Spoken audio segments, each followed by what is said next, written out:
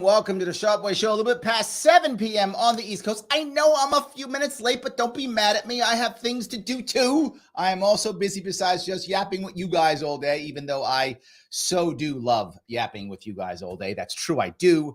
But yes, I'm here, and we're talking today about a very interesting subject that some of you will want to fall asleep on. Don't. It's important to not fall asleep. But some of you are going to be really excited and interested about, because we're talking not just about crypto, but about the dreaded CBDC, the central bank digital coin that so many of us are afraid of. And maybe we should be, but I couldn't think of a better person to have a conversation about crypto, about the future of crypto, about CBDCs, about regulation and all the things that are happening than a person I'm about to bring on now. She is the CEO of the American Blockchain PAC. She is Adelle Nazarian. How are you? Great, Larry. I'm so glad we're finally able to make this happen. Great to be on. Absolutely. And if you want to follow her, if you're watching or listening on the podcast, you want to follow, you can. A very simple way. Go on Twitter. You can follow her at Adelle Naz. That's ADELLENAZ to see what she is doing. Also, all her contact is in the description if you're watching on either Facebook or on YouTube. So, Adelle, I have to ask you, you are kind of like the crypto guru in a way, right? That's kind of where you are. People always ask you questions and such. How does someone like you, who your background, you're not like a crypto gal. That wasn't you. You didn't start Dogecoin or something. You didn't do any of that stuff. Why did you make the step into this?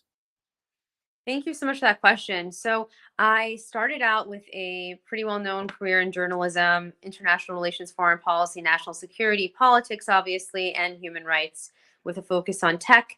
And I never saw it as the end all be all, right? I always saw it as something I myself had early on, political aspirations. And then I decided, you know what? I really don't want to take that path. I guess you can call me. Sorry? It's a painful one. Yeah. Yes.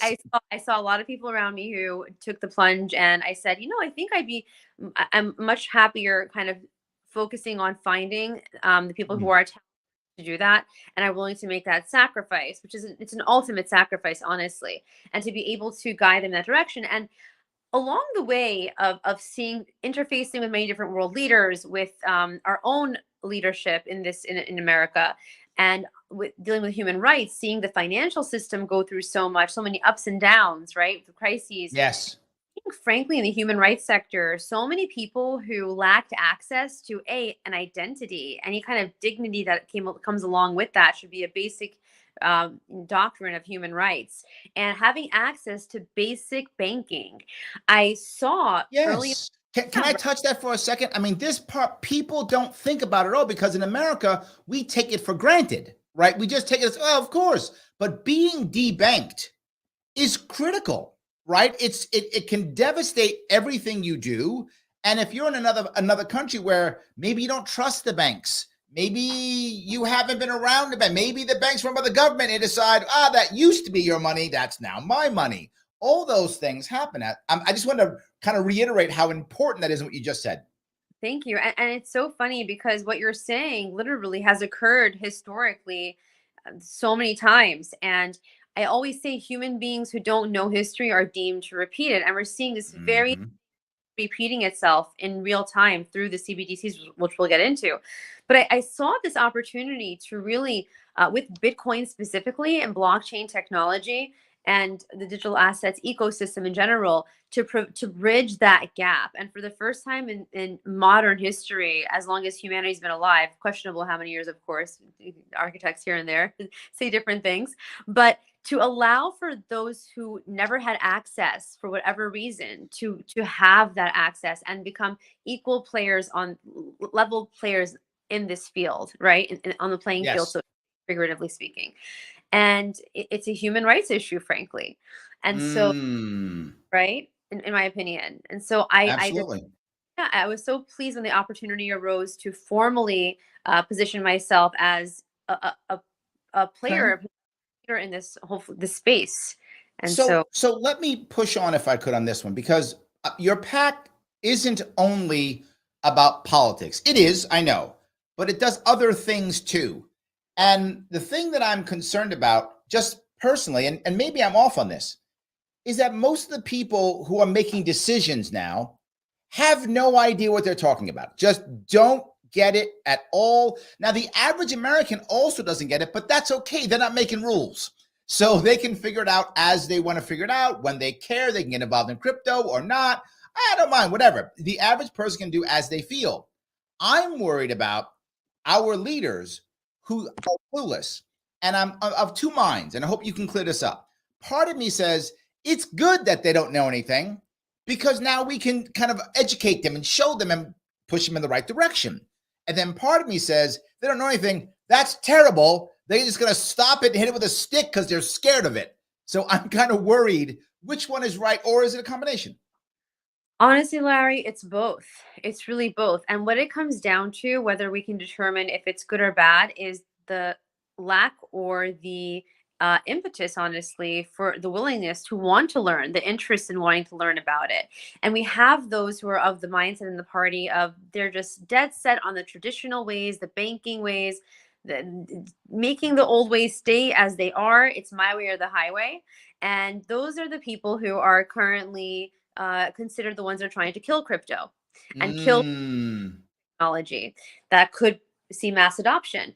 Then there are those who really don't know much about it, but have that curiosity and are open and interested in learning and about it. And it's really not as complicated as it's made to to seem like it is by many of the naysayers, frankly. And as mass adoption becomes more of a reality, it's becoming even easier to understand. We see, Satoshi Nakamoto's original vision with the creation of Bitcoin was that it would be used someday as a form of tender to even buy milk, Sure.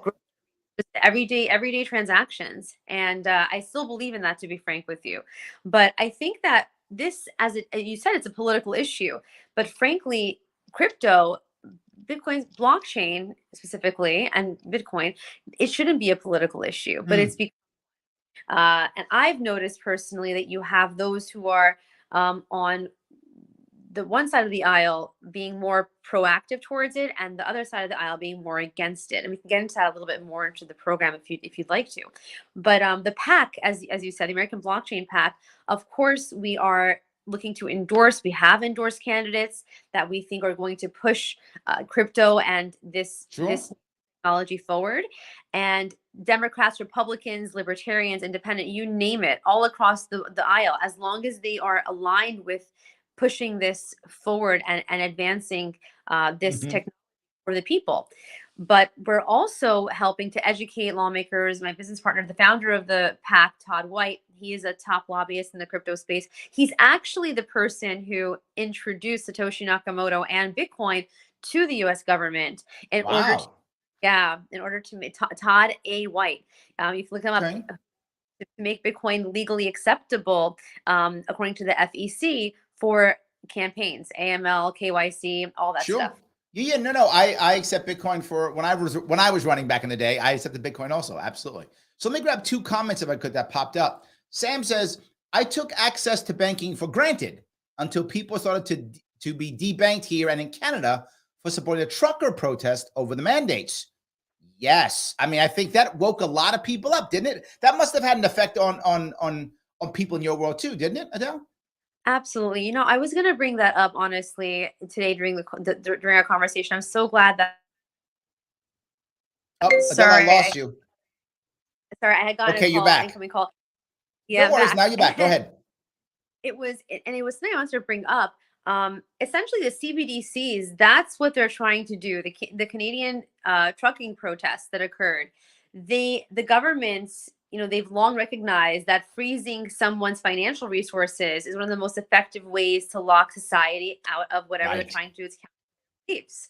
And the CBDC essentially will make this much easier and faster for them by creating a direct line between the citizens and the government itself, right? And so with this, I mean, it allowed the seizure of these accounts. So basically, if what happened in Canada is a complete wake up call for the rest of the world and these Right. governments that are trying to, I'm so shocked by this. It's something that kind of irks me.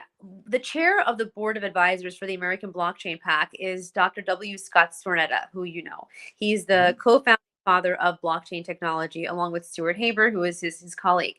And you have these different banks. I think JP Morgan, and Wells Fargo, I think it was. A few of them are now introducing their own blockchains Yes. to system. And the way I see it is, my God, it's essentially ripping it off of the original creators. Why would you go and try to replicate and reinvent the wheel when you can have Dr. Stornetta and Stuart Haber part of this, and they can advise you on how to take what's already been created and improve it and incorporate it into your organization. Unfortunately, at the end of the day, it comes down to greed. Yep. And And why control, both of those. greed and control. So yeah, CBDCs do not look like the best way forward. And That's funny. Gene says, this is America. Everything is a political issue. Well, yes, but I think it's not just America, though. But yes, I think she does have a valid point. It is everywhere. But if going down that road you just went down, so now you're going to have banks deciding how they're going to do it and all types of things. And I think you wind up with a situation like we had in New York. And for those of you who may be listening or watching and don't know, the bit license, if you just listen to it, it sounds like it makes sense and it's great. It does sound good. It is a terrible thing and a big scam. And for those of you who don't know, Adelle knows this already, but this is for everybody else. So a guy named Losky decided, I'm scared. I don't know what to do about this Bitcoin thing. I think I could create a scam. And that's what he did. He was working for the financial sector of New York State at the time. He then created this maze known as the bit license. Once he created it, he made sure that you have to get this bit license to do anything. He then quit and became a consultant to bring people through his maze. Now, that is utterly unethical, but totally legal. I mean, he did nothing illegal. That was a legal thing to do. He did it, and almost nobody knows this. I say it all the time because I'm embarrassed on how bad that is. But again, New York does corruption better than anybody else. So we did it very well. So we made a bit license. The bit license has no value. I spoke in 2018 about how to use cryptocurrency in New York to make everybody happy. For those of you who don't know, the biggest reason people are worried about cryptocurrency back then, now it's a separate lie they use, but the first one was taxes. They were worried about taxes. That was the biggest issue, was taxes. So I said, Adelle, you may not know this, but this was my policy in 2018. Any cryptocurrency, New York State picks a certain whatever number, one or two or whatever, or just one exchange. I was talking at that point, it was the Chicago Mercantile Exchange. That's what I decided then, but I'm open to whatever exchange you want.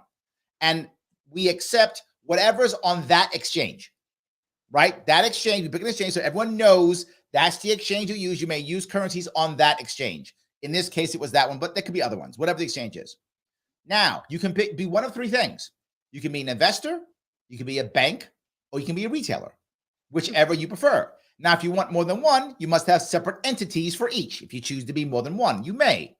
If you are a retailer, all you do is at the end of the month, when you pay your sales tax, you take any of the coins you took, the average dollar value over the last 30 days from that exchange is what you pay in dollars in taxes. Done. Keep your money. That's it. I don't want the government collecting cryptocurrency. I don't want the government's hands on cryptocurrency. The government still gets its money in dollars. You keep your cryptocurrency. You pay your sales tax every month on an average 30-day rolling based upon a mercantile that we already understand, an exchange we understand. That's retail. Done deal. Easy day covered. No one wanted to talk to me about that. Then I said, if you want to be a bank, you can be a bank if you want to. No worries, as long as your contracts are valid, normal, right? As always. And of course, no fracture banking. You can't do that. You can't make money out of the air. None of that. As long as you don't do that, you can be a bank. You want to be an investor. An investor is the same as when I was a kid with my comic books and baseball cards. When I had comic books and baseball cards, I swapped them all I wanted. The only time that I had to pay tax was when I sold my collection. That was it. So There you go. you keep your crypto as much as you want. When and if you decide to turn it into dollars, if you do, whenever you do, pay your taxes. These are things that are already being done. And everyone thought I was crazy and no one talked about it. Instead, they went bit license. That was their answer. I'm sorry I went long. I just wanted you to hear that part. So when you said fractured banking, you meant fractional reserve banking, right? That's what I meant. Yes. Awesome. That is so, I'm so glad you're bringing this up because not many people may know this, that what it actually is, which you are very knowledgeable about, obviously. So it essentially allows for banks to take a certain percentage or leave only, I think, 20% before March 10%. of 10%, right? Of the client's investments. So they're Yep. essentially gambling with your investments. And the reason these banks failed recently was because the Federal Reserve, the Board of Governors, I think it was, announced on March 15th of 2020 that they would remove that and allow for the banks to take on all of the money from people. So I mean, it's insane, it's ludicrous, and it's absolutely a power grab and a money grab. So 100%. yeah, that's 100%. I completely agree.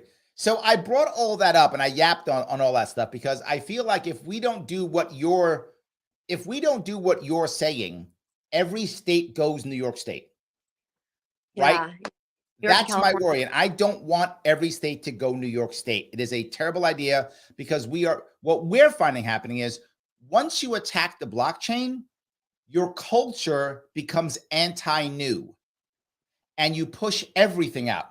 Cannabis out, you push out cryptocurrencies, your culture becomes old money, old thoughts. It crushes the state's culture. And that's my bigger worry. So this is fascinating because I mean, Larry Sharp for president. So literally, Thank you, but don't punish me, please. what you're saying here is exactly the issue regarding China, for example. They have this new social credit system, right? And Mhm. if we recall, it was during, I don't know when exactly he said it. I think it was in 2019 when Xi Jinping he gave one of his most important speeches where he said that he wanted to China would occupy the commanding heights of blockchain technology, which is completely antithetical to what blockchain was created for. It Absolutely. is liberty and freedom, the whole idea of being decentralized. And so you have China as a case study of, I mean, have you seen those bans they're putting on the students in No. that school? So China has a certain school, I don't know if it's one or several of them, where they're literally experimenting with AI, and they are putting Mm. black bands that actually monitor the brainwave patterns of the students, and they can tell every single moment they're focusing on their schoolwork, and when they're not, they're literally in their brains. And so it's all Wow. about, and you spoke about culture and how the blockchain culture is so in favor of liberty and Yes. all of it and freedom, essentially. And then you have And innovation. innovation. Yes. Precisely. What we're lacking, what New York has done well in the past was three things: finance, farming, innovation. Those are the three things that New York has been good at for literally hundreds of years. And I mean hundreds of years, since the 1700s. We even started Mormonism. That's how innovative we are, right? I didn't We did it all. that. That's That's correct. Yes, started innovation. New York was awesome in innovation, and we're the second or third or fourth, depending upon what you're looking for, in farming and finance. This has been our three things. Farming is collapsing because all big banks are buying up all our farming. The cannabis license is destroying all the farmers to produce cannabis products and hemp, which is great to be grown in New York State. We've gotten rid of that. Innovation is going away as we throw out that and also Bitcoin. And our finance is going away because it's all moving to Miami and Austin when we should have built it here. And Bitcoin and bit licensing and blockchain should have been part of it. I was the one talking about literally building 3 nuclear power plants in the North Country of New York State. And one of those power plants specifically pushed towards blockchain mining so that I can build a blockchain mining hub in upstate New York, which they would have loved the jobs. This would have been amazing. We would have rushed there to go there and do it. But we don't do it. It reminds me of when AOC fought to ban Amazon from opening up in New York, and how Yep. many jobs were lost then. So it's the same thing. Well, You in have that case, I'm going to be very forward. In that case, she was actually right. And the reason why she was right in that case is because in that case, New York City was going to bribe them and punish everybody else around it. was So, yes, literally, our terrible mayor de Blasio there, he said this literally. People said, Mayor, there's no way that this area they're going to be in can support, the infrastructure can't support this. What are we going to do? And he said, this is him openly. He said, oh, I'm just going to tax the small businesses around them and they'll pay for it. He literally said that. Yeah. But I will say, a broken I clock. rarely agree with AOC. She is my congressperson, believe it or not. And I rarely agree with her. I do not agree with her. In this one case, credit where credit is due. She was right on this one. That's good. Well, I was going to reiterate, a broken clock is right twice a day. So Yes. There we go. She was good that one. But I want to be honest, right? Sometimes they're right. So I want to, when the time comes, I want to be honest. And yeah, absolutely. sometimes. So, but yes, please go ahead. I apologize. And it's so fascinating too, Larry, because you have such a unique perspective and background, being that you come from the business world, from the banking industry. You have been one of the early also supporters of this Yep. technology. And so you've yourself, I mean, seen how there's such an opportunity for the two to work together. Yes. And you're just friction of the fact that there's this reluctance and this, the old kind of order that is preventing the advancement of this for the whole world through America. And it would really be a shame to see America lose the edge that it has. And Yes. Frankly, so many businesses, as you said, are relocating from California, from New York, Florida, and to Texas, you said. But honestly, what happens when these businesses start leaving America? And that has to do with the need for a sound regulatory framework, right? A policy that can clearly, first of all, the 3 and 4 letter agencies need to be able to define what is crypto. Or we could just kind of get rid of those agencies. Either one. Well, I know what you're saying. Either one.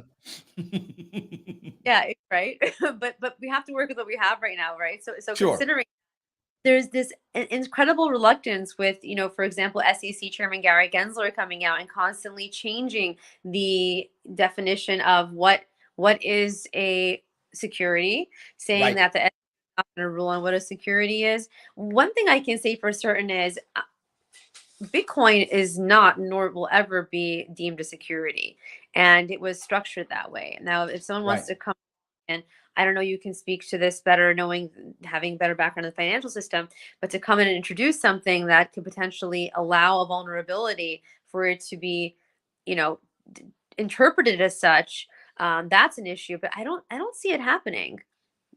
Well, the problem is people don't know, right? And I want to touch a couple pieces. I've actually advocated, I'm not joking for this, I've advocated for the entire stock market to actually be overseen by a private gaming commission.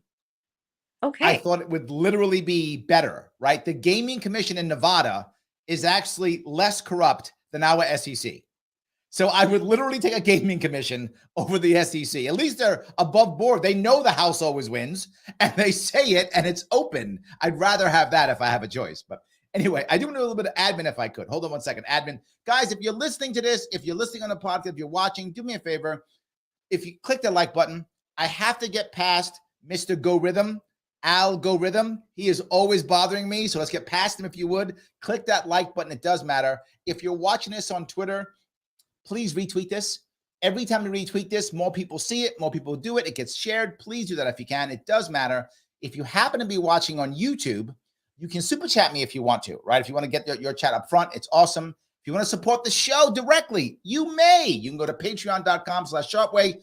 Give me $10 a month so I can spend more time doing this and less time working with finance. So they'll be mad at me. But anyway, yes, you can do it if you want to. Or if you want to support my campaign to get ballot access for an actual independent party in New York State, you can go to larrysharp.com/donate. I have to raise $500,000 by next year. We are on our way. Every little bit you can throw in is going to help. But more important than all of that, Adelle has come here and she's given us some love. Let's give her some love back. Please follow her on Twitter, Adelle Naz. That's ADELLENAZ on Twitter. Please follow her and follow her company too. She's the CEO of American Blockchain PAC. Please do that. Sorry, Dale, I had to take care of some admin there. So yes. Thank you so much. And I actually just went on Twitter because I was looking for the link to share the live broadcast. I just retweeted it. So thank you for that. Oh, there we go. Yes. And So I guess the reason why I brought all that up is I am concerned that if we don't change the culture, we're going to lose, right? And that is my bigger worry. And we're going to fall back to a CBDC regulation that's just going to be bad. And I guess here's my biggest question to you.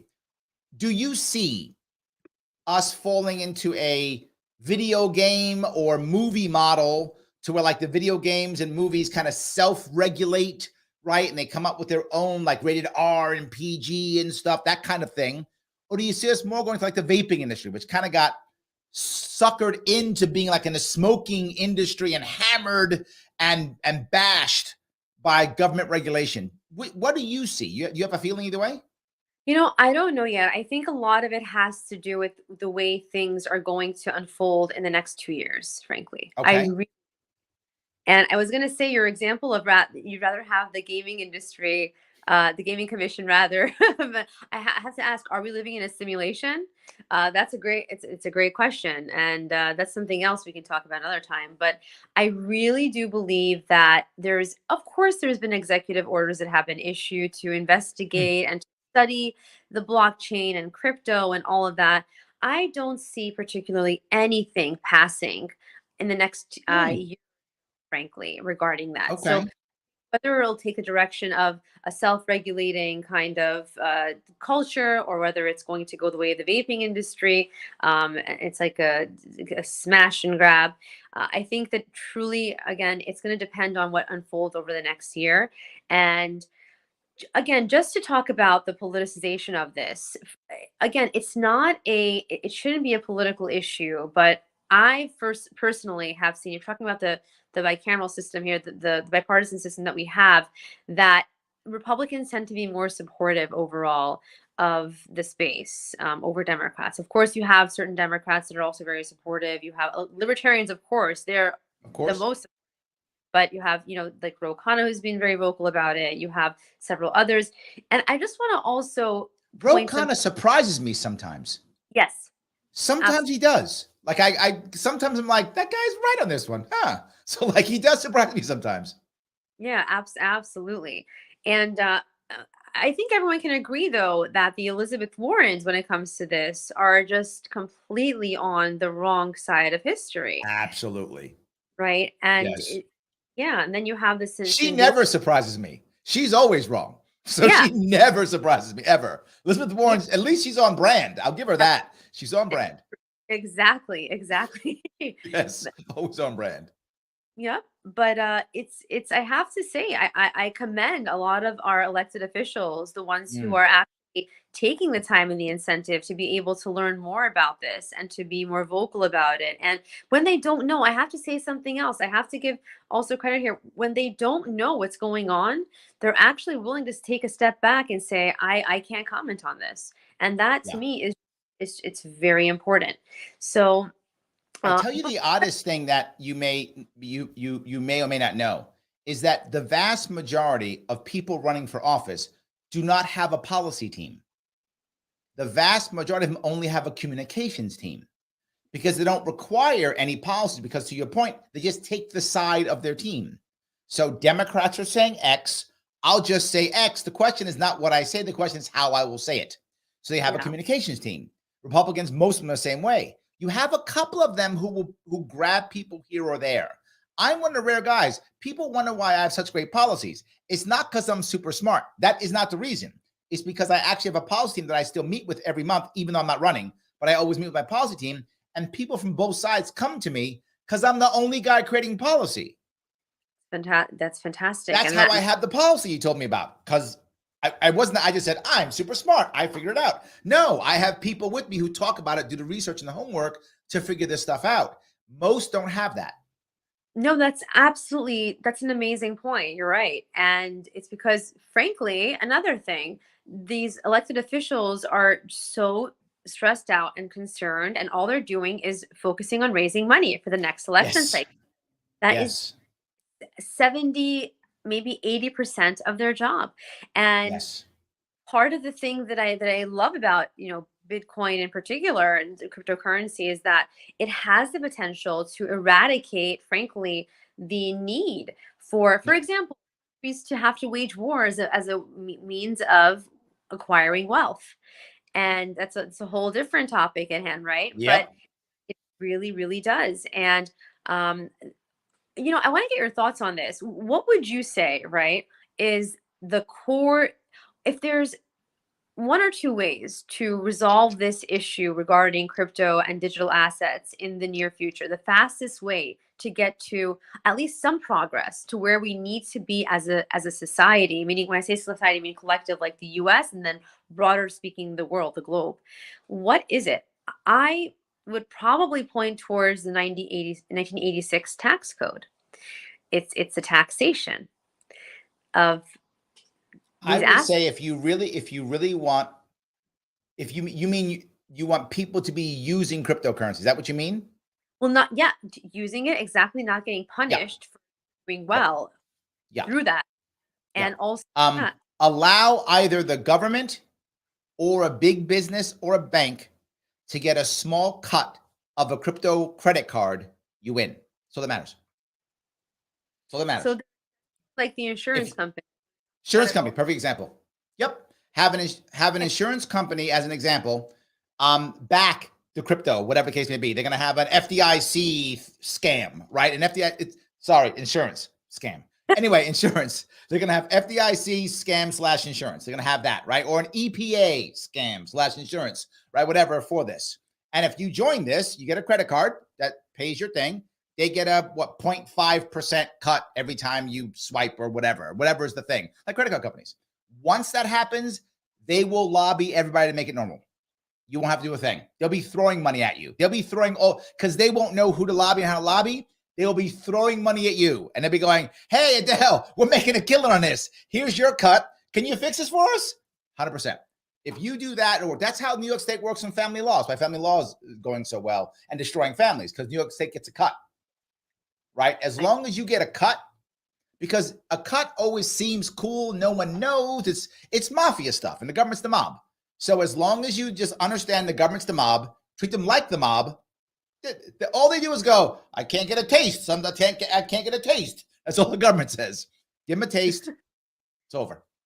You understand what I'm saying? Yeah, exactly. Yeah, exactly right. Yes. Yeah, they're gonna say that's a nice cryptocurrency you got there. Shame if something happened to it. That's what they do. Yes, yes. It's Oh, funny yes. in certain Middle Eastern cultures, they have this cultural thing where they say you compliment someone on, let's say, a, br- a I don't know, like a pin or like a pair of glasses, and they say, "Oh, it's yours." So it's like the government buying this thing. Oh, I really like what you said. I really like your Yes. 5% for you. Absolutely, yes. I love that. Oh my God, everyone's buying Dogecoin. They are government, and here's your cut. I had put aside for you.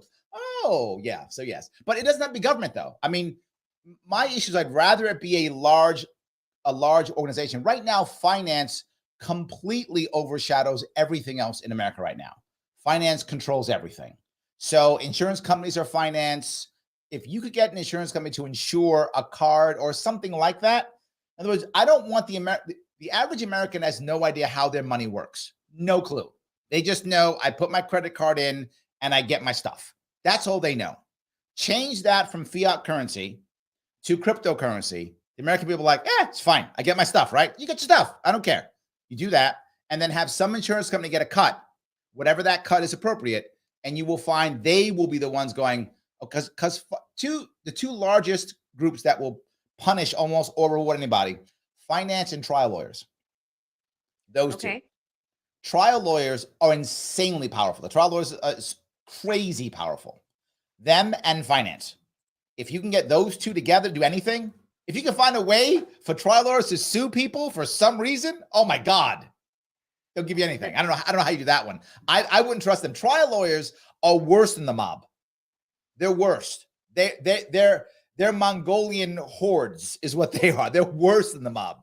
They don't even have scruples. Like if you make a deal with a trial lawyer, no. Make a deal with the government, they tend to do it. As long as I get my cut, they're fine. So I would go with the finance instead if I were you. Just my opinion. You asked my opinion. That's a really, really interesting way of looking at it, actually.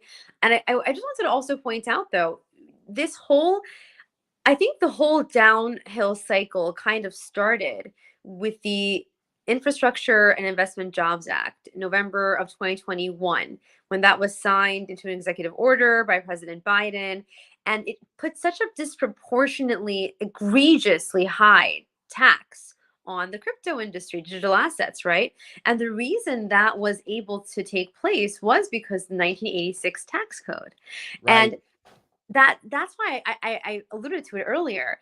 And I think it's, it's the biggest tax levy since Caesar Augustus, essentially. There was so much lobbying done by the banking lobby collective, if you want to call it, in order to take the pressure off of themselves financially and to place it on the digital assets industry. Right. And that's, I really feel that's part of the work we're doing, just so you know, at the American Blockchain PAC. I know, look, associations, they're fantastic, they're wonderful, they're a great forum with which people can, they pay membership, they like to have that this space where they can meet and talk about ideas. And I pay my yearly GBA. I do. In fact, honestly, if anyone's interested in joining an association, the Government Blockchain Association, Kathy and Gerard Daché, amazing. They're friends. They've been honorable and transparent throughout it all for it. But the thing is, every association needs a PAC, a political action committee, to be able to do the actual government affairs lobbying efforts. I'm not a lobbyist, by the way, but to be able to interface on the Hill, to be able to have the people who are thought leaders testify on the Hill.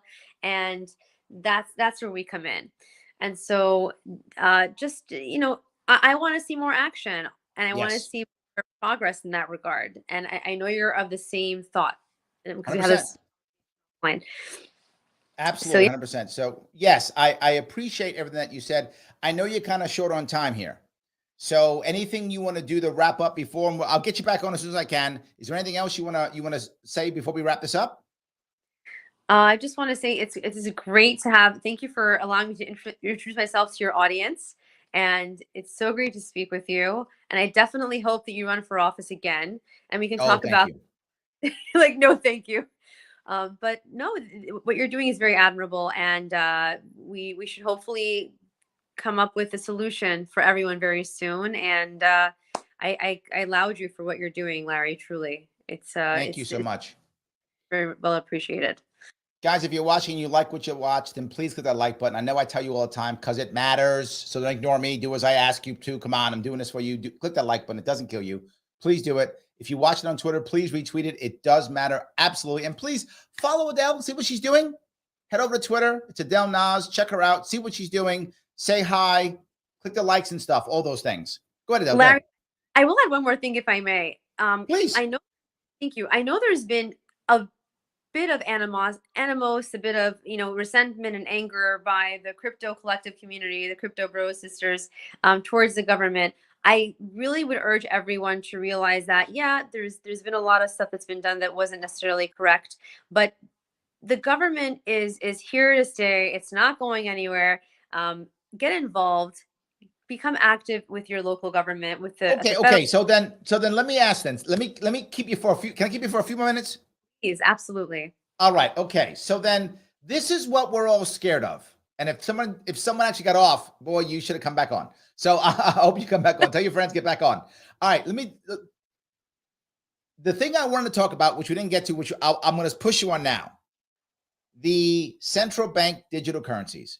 We are all scared of them like there's no tomorrow. And I tell people, though, I'm with you. I say it's going to happen. There's no way around it. The question is how and when. Those are all questions, but somehow it's going to happen, and we have to accept that it's going to happen. We got to figure out how. And I was hoping you could give us some insight so that I won't go to bed crying tonight, that you would give me some answer that would make me not want to cry myself to sleep this evening. So can you stop me from crying this evening? So I don't think the CBDC is inevitable. Oh, I'm not crying. Okay, you did it. It will honestly really, really depend on how many people are willing to stand up and to actually vocalize.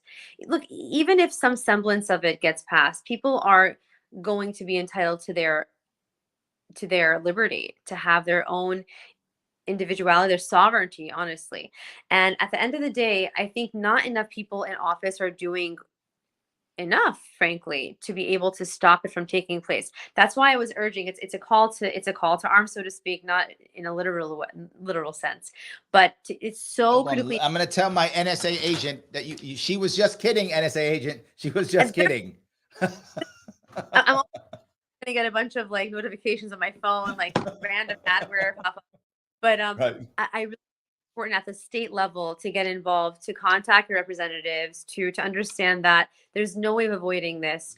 And again, I'm going to say it's not inevitable. I think that the faster we can get a mass adoption of cryptocurrency, specifically Bitcoin, Larry, honestly, because I haven't really seen any other digital asset that, even Ethereum, it's been great. It's excellent. It's served such an amazing purpose, and it will continue, I believe, into the future.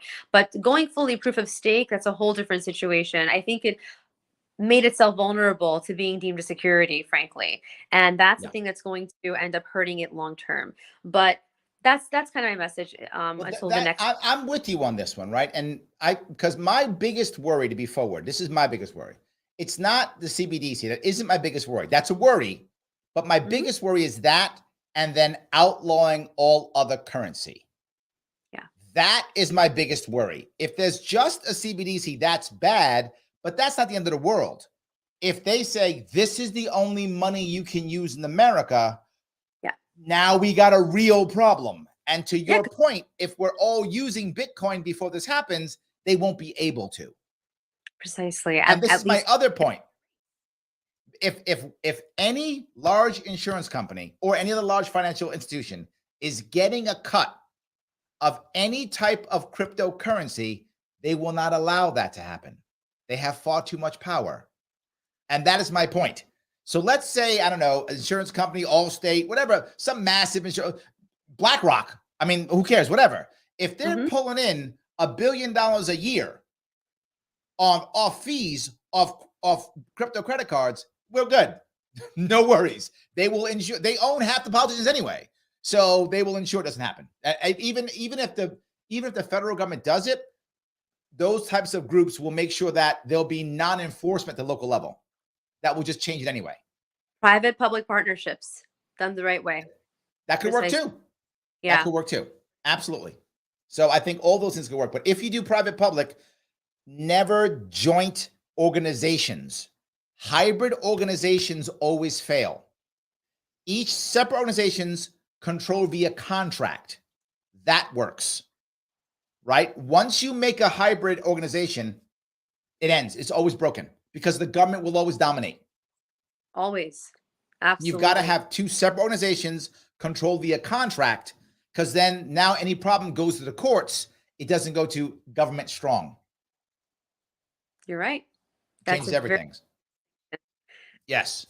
So thank you. I feel better. So you did make me feel better. Okay, good. I don't have to bring my tissues to bed tonight. I'll be good. I'll actually be able to get some sleep. I do love that. So I do feel better about that. So do you think, though, that in your view, that we will be able to handle all of the cryptocurrencies around, even though, let me be very clear, some people don't know this. You know this, Adam. This is my audience. Bitcoin is special because Bitcoin is truly decentralized. A lot of other coins are not truly decentralized, right? Many of them are owned by somebody or some entity or something. Many of them are. So they're really centralized, even though they will pretend to be decentralized. Bitcoin is actually decentralized, right? You can't just turn Bitcoin off, right? I'm just going to turn it off. It doesn't work that way. So, some coins you can, some you can't. But I think that's a critical distinction that most people don't know. And I'm pretty sure that's why, Adelle, you're pushing the Bitcoin thing, because it can't really be controlled and it's decentralized. Am I right? It can be, yeah. And it is the OG coin, essentially. And so that's the reason why. Also, I just want to point out that unfortunately, Bitcoin didn't achieve its original goal in the way that it was. And I believe there's still an opportunity for it to accomplish that. And it was we can talk about it later, but in 2019, there was an interview by, I think it's James Bilal Khan, yeah, that's who it was, who actually said that there is a V1. And when that's going to come out is yet to be determined. But there is, you have a lot of people who try to impose and try to say they're the owners of it. I want to talk about this in a later conversation, hopefully. But Larry, the question of true decentralization, I think the way that it was perceived at the onset of the actual phrase has changed. It's evolved. Can something be truly decentralized? That's the question. Because at the end of, even within the confines of our globe, there's still limits. Right. Sure. Within which the Bitcoin or any kind of transaction can occur. And so are we confined then to the realms of how of the parameters of planet Earth? Like it's everything is going to be decentralized in some way. That's centralized in some manner, even if it's decentralized. Sure. The definition of that has to be, I think, also examined and what it actually means. But well, I think there's one more piece then if we're talking about this, right? Because for most people, Bitcoin is not a currency, it's an investment, right? They don't see it as a currency, they see it as investment. I'm guilty too. Like I own Bitcoin, I never use it. I don't even know how much I have anymore. Like I don't even know. I bought it, I left it, I don't even know what I'm doing with it anymore. I don't know. I don't remember. My wife has half of it, I don't even know, whatever. Right? So we all I don't even remember, right? But I buy it and I just kind of keep it. And then I'm waiting for McAfee to be right and for it to be worth $1 billion or whatever. And I'm gonna buy like 4 houses or something. I don't know, whatever. But with inflation, it'll be like I'll buy like a candy bar. But anyway, my point is, I think too many people use it as an investment, and maybe that has to be one of the things that we have to do when it comes to education or culture change, is to get people to see cryptocurrency as a currency and not as an investment. But then something else, I think, which this is why I was so hell bent on pushing it in New York State. I wanted it to be used for smart contracts. I wanted blockchain to be used for smart contracts. And I wanted New York State to be the center of the smart contract world. That's what I wanted to happen. I thought that's innovation. We have so many lawyers in this goddamn state, right? So shove them up there and have them do something. And AI is getting rid of the jobs anyway. So why don't we instead send them up there and have them do some damn Bitcoin contracts? It's even better. I believe that's going to be very possible in the near future. And that's something that we definitely talk about. It's the Lightning Network enabled that, I believe, and there's some add-ons. So the one thing that no coin has been able to do, I believe Bitcoin has the capability for it, is to have security, speed, and stability. And so that's essentially what's next. And I think that along with the second layer, if you want to call it that, to have the ability to build upon it, will allow for potentially be mass adopted, used in aerospace, to be used in the automotive industry, in healthcare, in national security, in the beauty industry. I mean, you name it. So I don't see any other coin being able to achieve that. So yeah, it's the races. I want to see. The thing you bring up is, right, the idea of industries. I have a buddy of mine, McNeely, who runs Tusk. What does it run? He supports Tusk. Do you know Tusk? TUSC? Yeah, I have. What exactly is it? Tell us for the audience. The safety. Oh my God, it's the universal something coin. The universal, I forgot what the S stands for. It's TUSC, the universal something coin. I forgot what it's called. But but what he did, which was interesting, is he's pushing it in one industry, an industry that's very open to it, which is the idea of firearms, believe it or not. He's like, use it to buy firearms. He chose that industry because people who are pro Second Amendment tend to be more libertarian and tend to be open to cryptocurrency. So he chose that. I mean, it can be used for anything, obviously, but he's focusing on that industry to get people to use it. I thought that was pretty smart. And you're thinking about the same thing, aerospace, whatever. If you can dominate an industry, same issue. The industry will now lobby with you, for you. They'll be on your side because that's how they're making money. That's how they're moving things forward. Oh, you froze.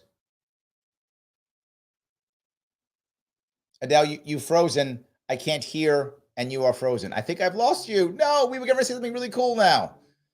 Okay, hopefully Adele will come back. Having That- trouble. Oh, you're back now?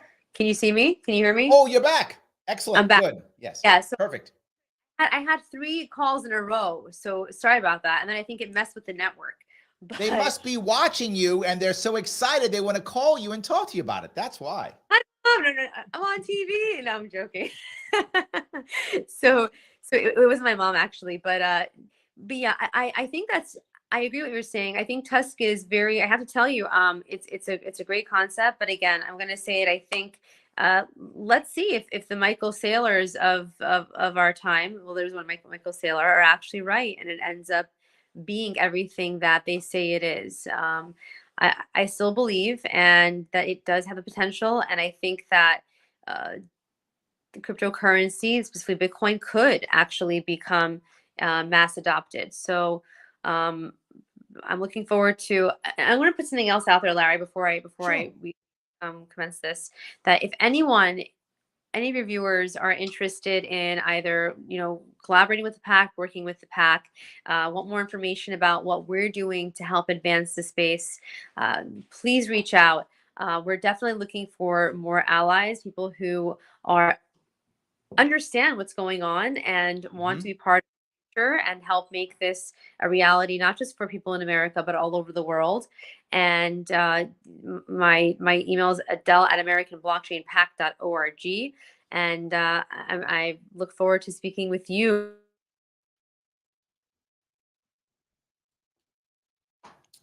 I think you froze again. People, your mom keeps calling. Doing here. And I think with that, it's time to go because my internet keeps on giving out. Yes. So everybody, please, thank you so much for watching. I appreciate it. Please follow Adele on Twitter @Adelle Naz on Twitter. And please, the more you support the show, the more we can do cool things like this. I will be off traveling in upstate New York 4 days straight. Guys, I'm doing my full sharp, so I'll be off for 4 days straight. We will be putting some stuff on the YouTube page tomorrow and Friday anyway, for you to look at if you want to, but it won't be me live.